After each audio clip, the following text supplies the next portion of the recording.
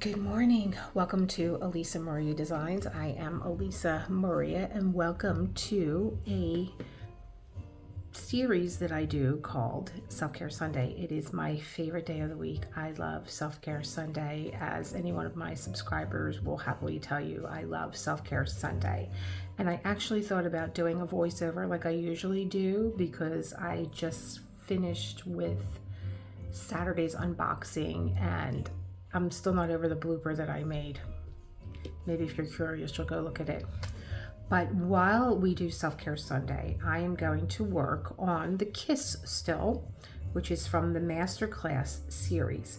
What I am doing on my own is filling in the border, and I'm saving the couple in the embrace to go over the different chapters that I've been studying about with Klimt. So you can keep me company while I do that. It's a little, I will say, I'm coming into a part here where it is starting to get a little bit of a color change. So I'm happy about that. And I just dropped the drill right into the empty spot. So I have my notes in front of me like I usually do. I usually read from Mark Nepo's Book of Awakening. But this morning I was doing my tapping. I have an app. I have a lot of apps on my phone that I use during my day when I like to take a break for my own self-care, when I like to get up from my chair and do a little stretching, or I do, this jazz music is getting a little loud, or I do some tapping, which I really enjoy. I've been doing tapping for years. So there is a section, if you do the tapping solution, if it interests you, I think there might be like a 2-week trial that you can sign up for. If you do that, you'll be able to, they have audiobooks and they have, I don't know if I want to change this right now. They have audiobooks and they have different meditations. They have things for your health, different ailments that you may have. I was looking around it today. They usually just go into my tapping meditation, and I usually don't really peruse the site that much, but today I did. This morning I did, and Tony Robbins was on there, and he's one of my favorite motivators, Tony Robbins. And I did his morning session, and it was really nice. But before I did that, and that's what today's Self-Care Sunday is about, I listened to Jessica Ortner, who is Nick Ortner's sister, and Nick Ortner is the founder of the Tapping Solution. She does a series called The Daily Inspiration that I like, and it's like maybe 3 to 5 minutes long, and I really liked the story that she told this morning, and it was a parable. And it's something that you can reflect on. And as I listened to her tell the story, I thought I knew how I felt about what I was reflecting on until I started to write. It's so interesting to me that I really never know what I think until I start writing. I know that that's a famous quote, but it's the truth. I really don't know what it is that I think until I start writing. And as I started to write, I started to change my mind, or not change my mind, I shouldn't say that. I started to look at the story from both sides of the parable. So let me tell you what the story is. The story is about a businessman and a fisherman. And in the story, it goes that there was a businessman that was driving by a beach. And as he looked out into the beach, he saw a fisherman, a lone fisherman. And he had his pole cast, and beside him he had all these large fish, and the businessman pulled over, and he went up to the fisherman, and he said, he went to compliment him, and he said, how long does it take you to catch these large fish? And he's like, well, not very long. I'm a really good fisherman. And he said, well, how long are you usually out here? He's like, oh, well, by mid-morning, I'm usually done fishing. And he's like, well, then what do you do after you're done fishing? And he said, well, I go home and I kiss my wife and I play with my kids and I read a book and I have something to eat and I take a nap. And then I still have the rest of the day to do whatever I want. And the businessman said,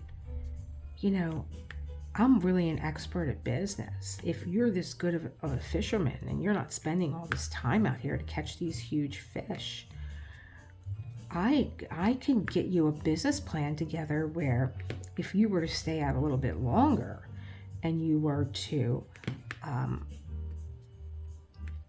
catch even more fish, you'd make some more money. You wouldn't just be fishing for what you need and what your family needs. You would be able to make some money and you'd be able to afford a bigger boat, and then you could fish even more and make more money, and then maybe you would have a fleet of fishing boats and you'd make even more money and you'd be able to buy a house near the beach, and you could, if you worked really hard, you'd be able to have your own fishing company. And the fisherman looked at him and he said, and then what? He said, well, you'd be able to buy nice things, and you live by the beach, and you'd have these people work for you, and you would be able to do whatever you want, and you'd be able to spend your time however you want. And the fisherman looked at him kind of puzzled and said, well, isn't that what I'm doing now? And I guess the moral of this story is, that is what he was doing at the time. And that's what I thought, who would want all those headaches of owning a business and, all, like a fleet of ships, a fleet of boats to fish with? Like, who would want all that headache, for what? He'd have more money, yeah. He'd have more problems too. And to end up doing the same thing maybe that he's already doing. But then I started to write like I do every morning, and I thought,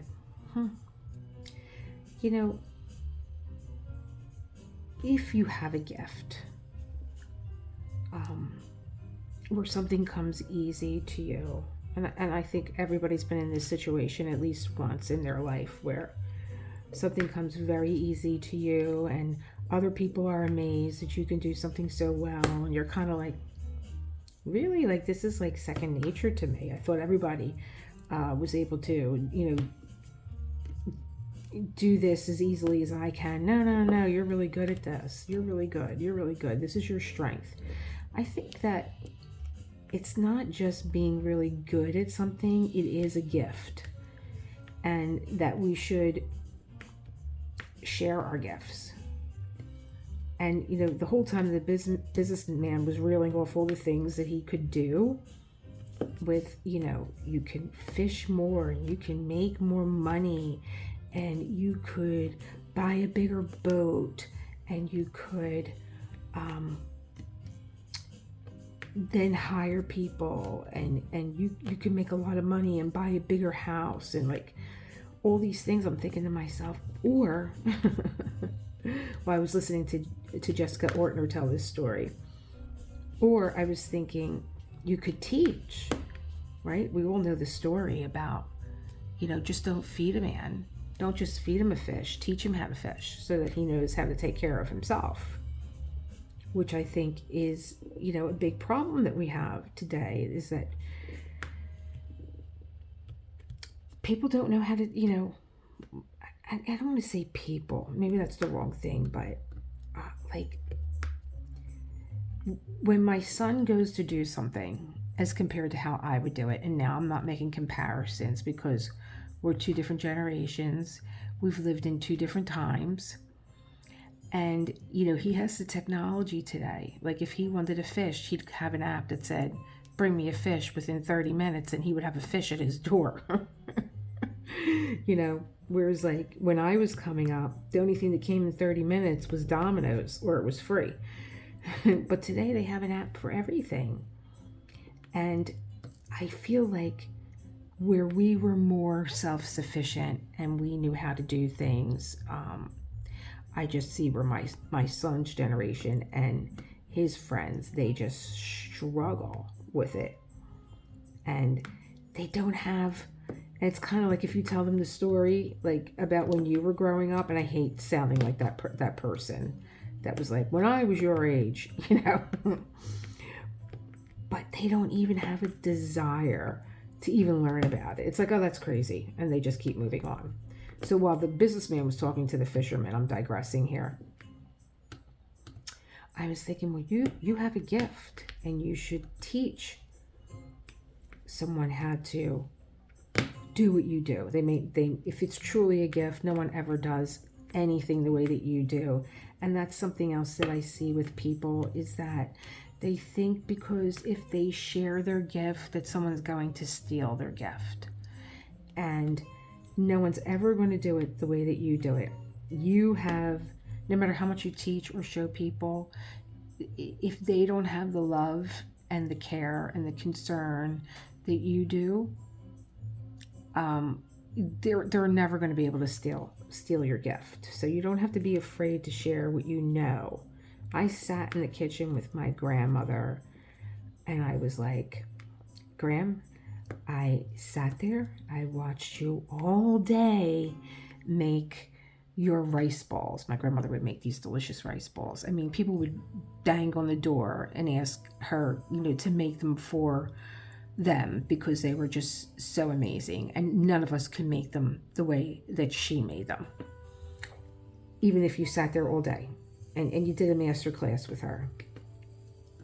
And my grandmother would say, well, you don't listen. I'm like, yeah, I listen. No, you're not listening, and you're always in a rush. That's what she would say. So even though she sat there and she gave me all her secrets on how to do something, I always thought that I could have made it better, or I could have changed something. Another thing that I picked up from my grandmother was she was adamant about using a certain bowl and a certain spoon. And I found out later, I put it together. The reason why she needed that bowl and that spoon was because that was a visual measurement for her. So when I went home and used my bowl, my spoon, it wasn't the same. But, that's something that I pondered on the whole time that I was listening to Jessica Ortner. I mean, I think that right away people are like your first impression is like, oh no, I'd rather be the fisherman. I'd rather just fish for as much as I need, as much as my family needs. I don't need any more than that. I have everything that I need, so I don't need more than that.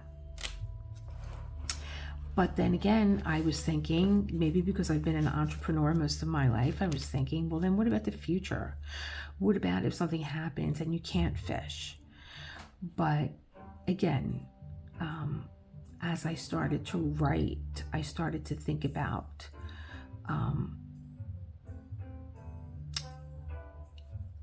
the feeling of the story in the context of the story. The fisherman, the businessman has these big ideas, and the fisherman is just very patiently listening to him. There was something about saying, oh, I only fish for what I need. and I don't worry about anything else. Well, why don't you worry about anything else? And I think that that's where faith comes in, and probably being secure in yourself that if you couldn't fish one day, that you would have something else to provide for your family. So there was, I'm trying to not look at it as the businessman is bad for wanting to make a business out of this. And the fisherman is like, no, I got the life. I'm living the dream. I'm going to fish as much as I want, as much as I need to. And then I'm just going to go home, kiss my wife, play with my kids, eat, read, take a nap, and do what I want the rest of the day. And it was interesting too. I think really too, it has something to do with this painting also. I was talking about earlier in the week how I am using different parts of this picture to create my thumbnails. And I turned it on its side, and that kind of like stuck with me because I got a totally different perspective when I turned this painting, a vertical painting, horizontally. It had a whole different feel to it. And so I'm really trying with that in my head to take situations and not just right away jump to my first thought, but really look at things from all sides. So that was another thing that I got from the parable, to really like just take my time. And I always find another way of looking at things when I write. And I would love to know what you thought of this story, because I didn't get a chance to say goodbye to my husband this morning before he left for work. I'm usually up with him, but I was having a restless night, and he just let me sleep, and he kind of got ready for work very, quietly. And when I got up and he wasn't, I was like, oh my God, I slept through John, like going to work. I must have really been out of it. I called him up and I was like, boy, you were busy, because today for us is chicken cutlet Saturday. And every Saturday we go and get fresh chicken cutlets from our local butcher. And my son comes over and I fry up the chicken cutlets, and I put all this stuff out on the table, like roasted peppers and long hots and tomatoes and mozzarella and buffalo sauce and marinara sauce. We have all these different condiments that you can build, the kind of sandwich that you want. And when I came downstairs, he had already been to the butcher. I'm like, it's only 7 a.m. How did he get to the butcher? And he's at work already.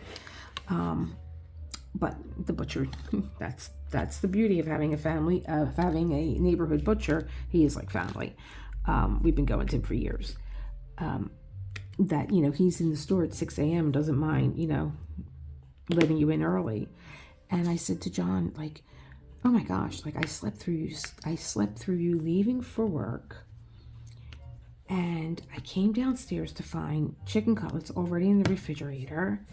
And it's only 7 a.m. and you're at work, and he's looking to go out on his route, but he's wondering, should I hang back? Is extra mail going to show up and they're going to need me for overtime? And, should I do overtime today? And I said, oh no, you can't do overtime today. It's chicken cutlet Saturday. You have to come home. Do it another day. And he said, I was already thinking about that, but I wasn't thinking about it being chicken cutlet Saturday. I was thinking about it, that, it's just not worth it to me to be out on the street, for a few hours more, for a few bucks more.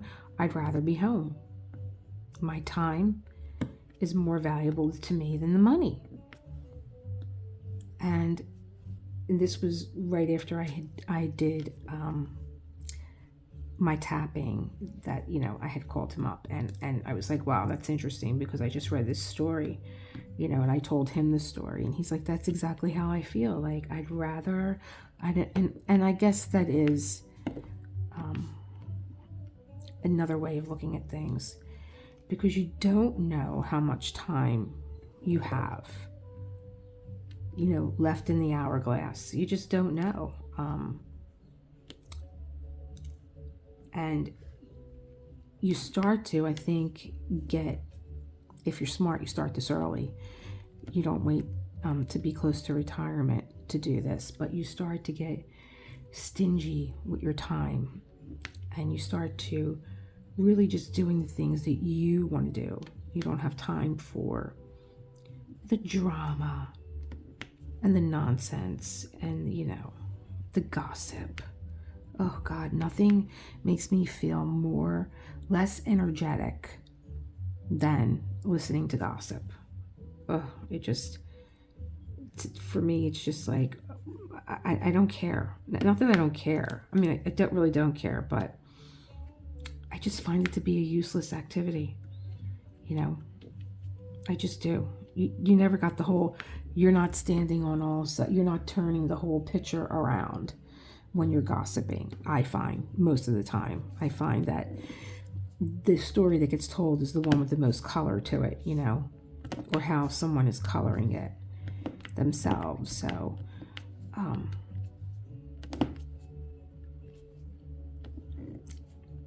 I am always happy when I can relate something back to my diamond painting, that I could say, well, the reason why I'm looking at things more closely and with different perspectives is because it started when I turned this photograph around, and where did this white one go? I don't think I have one white drill anywhere. That it started with me turning this photograph around and giving me a different perspective, and it's creeping its way into my everyday life, where it made such an impact on me that I'm using it in my everyday life.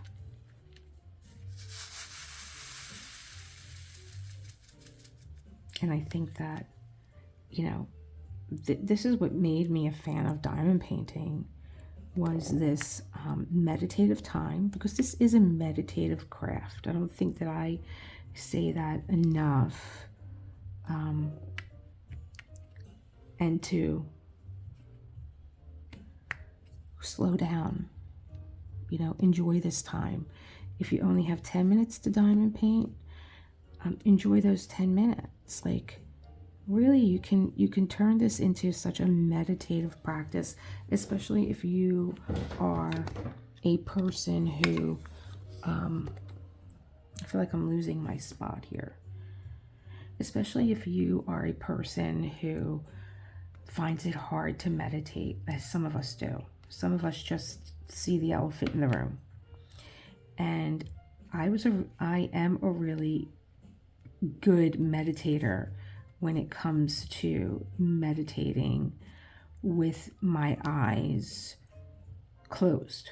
I can go into meditation rather quickly, but with my eyes open, it's a hell of another story. And that was part of my training, that I had to learn how to meditate with my eyes open. And it was really difficult. I think I'm going to switch this because I'm getting a little brown fatigue here. It was really difficult because it was a challenge, and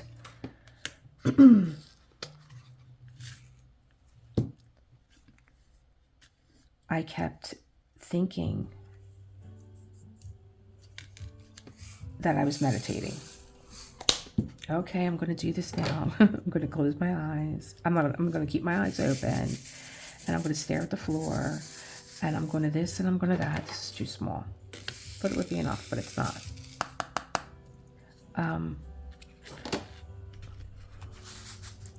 And it was really difficult for me to get my mind in the game with my eyes open. I just am so sensitive to stimulus, even though I was in a room with other teachers, and we were all in the same course, and we were all doing the same thing. I just found it just even having someone near me, if I could hear them breathing, it was a distraction, more so than if I had my eyes closed. So if you are one of those people that find it hard to meditate, you can turn this into a meditation just by slowing down, picking up your drills lightly and pressing them down lightly and keeping your hand relaxed, almost to the point that it feels like you're not even holding your pen, so you're not putting any tension in your hand. Mindful diamond painting. I had some really pretty music on during the week, and there was almost like a tribal beat in the background, and I found myself diamond painting to that beat, and it almost became trance-like. Especially when you have putty and you can hear the kind of snapping of the putty on the canvas, and you hear it like kind of sucking back up. I am going to, if you watched my other video this morning, I got a gift from DP with sparklers, but I think that would mean I would have to switch things out. I'm not in the mood. I'm not in the mood. I'm just going to take this one that's already ready. Okay, that pen had blue tack in it. And with the blue tack, if you don't like, with the blue tack, first of all, I find that it is a little bit sturdier if you want to start using putty in the single placer, because it has no essential oils in it. But also, if you don't like the smell of putties, if they tend to be a little cloying to you because of the essential oils can be heavy, then using a blue tack that you get right in your dollar store might be the ticket for you. And you can get on the putty train. I'm a big advocate of putty now. I finally learned how to use it. And that came from one of my, meditative experiences while diamond painting. I just started to slow down, loosen the grip on my pen, and pick them up gently and place them down gently. And that could be a very meditative experience. I also like using my drills as a sort of color therapy. I will take out a painting that has a lot of color to it if I'm feeling kind of mushy, lack of energy, sad, depending.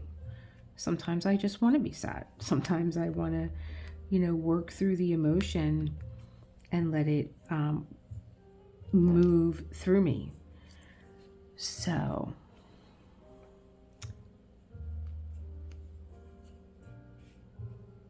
I'll put that right there. I am diamond painting on the side here, and because I'm at that in-between point, like right in the middle where you can't diamond paint from the top and you can't diamond paint from the bottom, so you kind of turned it on its side to diamond paint. But I don't know, I think, again, it's the turning of the canvas and what you're looking at that sometimes it brings a little challenge to your diamond painting for sure. And that's the fun of it, working these things out to become better or find a way to do what you do. And I am still working on getting a video out to you guys, which I know now, I'm looking at the time, I know it's not going to go out until Monday. And I have been sitting and marinating on all the things that I've learned about diamond painting, about myself, little tips and tricks that I use. And I was like, one day I'm going to sit down and I'm going to make a video on all these things, all these tips and tricks and ideas. And I sat down the other day and I opened up the video by saying, this is going to be a compilation. You're probably going to see me in different clothes. I'm going to film a little bit each day. And here, once I sat down and started to talk, it just like all fell out of me. I'm like, well, that was interesting. That I was able to do all my tips and tricks in one sitting. And it was like a good 2 hours. I will definitely scale that back.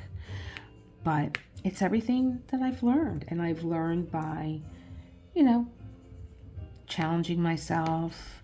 I've always really honored my time. I like to be able to do things, be productive, but also be efficient. And so when I think of things that I think are a good idea and they make my experience more enjoyable, it's a domino effect. It's like, well, I'm sitting here and I'm enjoying my diamond painting, which gives me the room to think about other things. And so your creativity just keeps, it's like an echo. It just keeps expanding out. I think I stopped counting at 30. And I was like, oh, I'm going to have to make this into 2 videos. But the way that I filmed it, I can't see how, if I split the tips into 2 videos, that it makes sense. I think that they have to stay together, because I speak about one thing in the beginning and then it's later on down the road that I'm actually demoing it. And so it was just a lot. I'm getting better with my editing and all, but not that good. So make sure you always have the right drill case in your hand. Don't be like me, mixing your drills up. I've been so mindful of that, and this morning I did it. And not only did I do it, I did it on camera. And I didn't know it until I went back to edit, and I'm watching myself pick up the drill tray and put the drills in the wrong container. I was like, oh my God, no. Maybe that'll be my self-care Sunday, because when I do something like that, is this the one? Oh, and it was the drills that I got from DP Sparkler. Is this the one? Yeah. 780.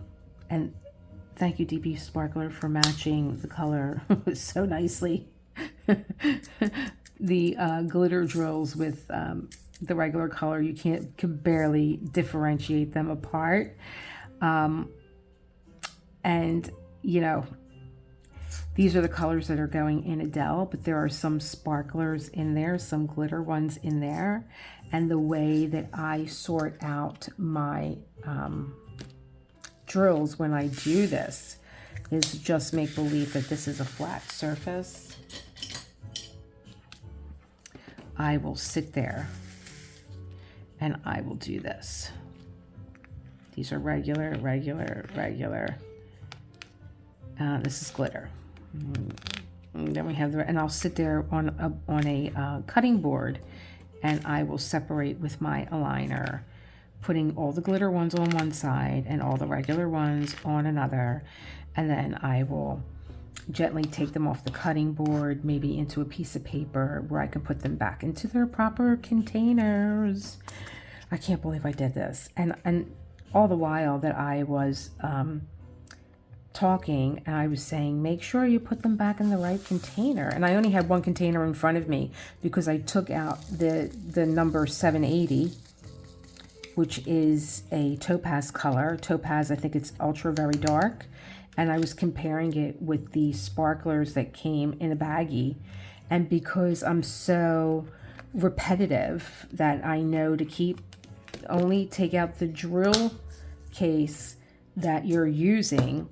Well, I saw that and I saw this and I just blended them together. So that's okay. I have a way of solving that problem.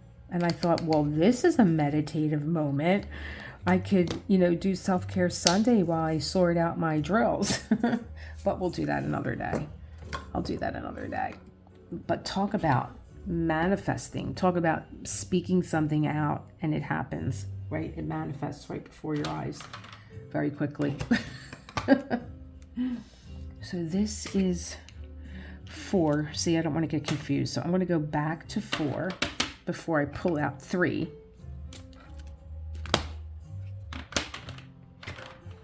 Go back to, this is something else that I'm using. I bought this a while ago and I didn't like it. And lo and behold, I took it out. I was in my art room and I saw it and I said, is it time to give this another shot?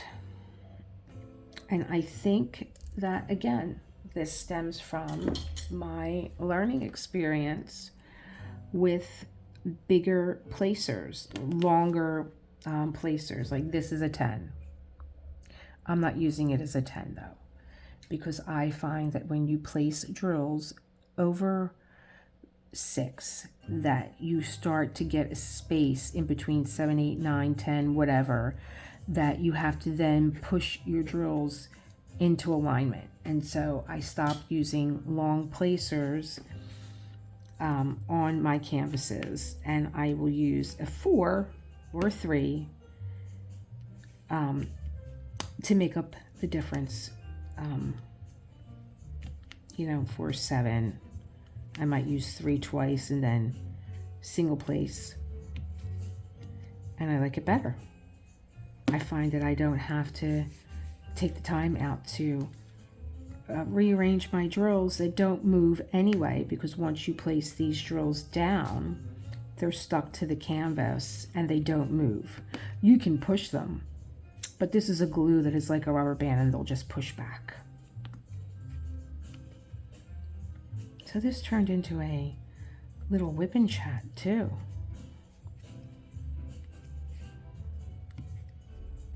Which is nice. So I would really like you to tell me what you think about that parable about the businessman and the fisherman. And if you could look at it from both perspectives, and I think we need more of that today. I think we're too divided and too divisive as a country, where we take one side and we stick to that one side, and we've got to learn how to turn the photograph, turn the story, look at, even if you think you saw something, to know that you didn't see everything, that your imagination can try and fill in those gaps that you're not willing to explore, and build a narrative for you. So maybe we can. I had a very smart teacher when I was in 8th grade, and I don't know what we were arguing about. I don't know, in a classroom. And she just loved us. She just let us debate. And that's what we were doing. We were debating back and forth about what the issue was. I have no idea. And she said, okay, all right. You guys ain't getting anywhere on your own. Everybody that thinks this, go on this side of the room, and everybody that thinks that, go on the other side of the room. And it was a Friday afternoon, I'll never forget. And we always knew that we weren't getting homework on a Friday, especially from Miss Loretta. We weren't getting homework. And she said, this side of the room, well, first she said, we're going to have a debate on Monday. And I want you to go home and I want you to learn about this issue. But I want side A to learn about side B, and I want side B to learn about side A. And if you didn't choose a side, then you're going to be the judges. And we were like, oh my God, she's giving us homework on the weekend, but I have to find out what the other side thinks. It was one of the smartest lessons I've ever learned in my life. Now, I can't remember if my mind was changed, but I do remember going to the library, not to my smartphone, and looking all this up and having a different perspective. So I don't know if this is what this parable was about. Maybe I could have just used my diamond painting as the example, but I will tell you that I had fun exploring both sides. And I would love to know what you think. And I am going to get ready for Chicken Cutlet Saturday because it's almost here. We start at around 2:30, so I have to go get my kitchen ready. And I hope that you are having a pleasant Saturday afternoon. I am so looking forward to dropping those tips for you. And you let me know what you think. And I want to know which ones you try. And I want to know which ones you loved, which ones were like, eh. And I will see you. So if I'm dropping that on Monday, I will see you on Tuesday for our next installment on Klimt. And I am not sure what chapter I'm going to do yet, but I will see you. That will be the next video that I do. And enjoy your day. Enjoy your weekend. And I will see you in the next one. Bye. Thanks for being here.